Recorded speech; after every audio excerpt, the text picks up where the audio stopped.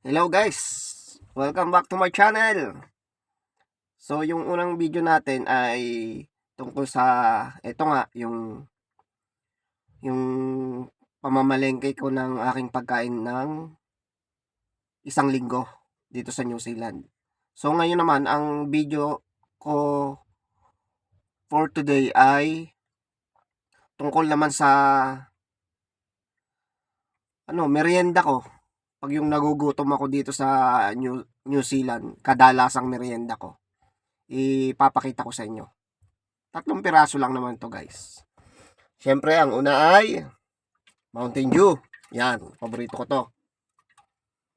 Lalo na ngayon, mainit. Tapos ang sumunod ay ito, pie nila. Pie.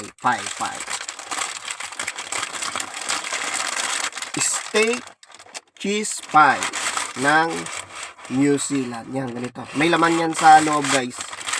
Next time, isa-share ko sa inyo. Ito. Nakalimutan ko na kung magkano to. Pero ang total, $12. Tapos ito naman. Yan. Beef salad na sandwich. Yan, ito. $4.90. Yan. Ito, kadalasang pagkain ko dito minsan tuwing hapon pag tinatamad akong magluto. Yan, ito yung mga pagkain ko dito sa New Zealand. Mahal, $13 din, kaya konting tipid, yun lang. Tapos yun lang ang share ko sa inyo guys, ang aking daily life dito sa New Zealand.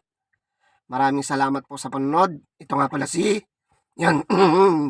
Tito Batang, isang steel fixer at NBA collectors at Hot Wheels collector dito sa New Zealand. Maraming salamat po.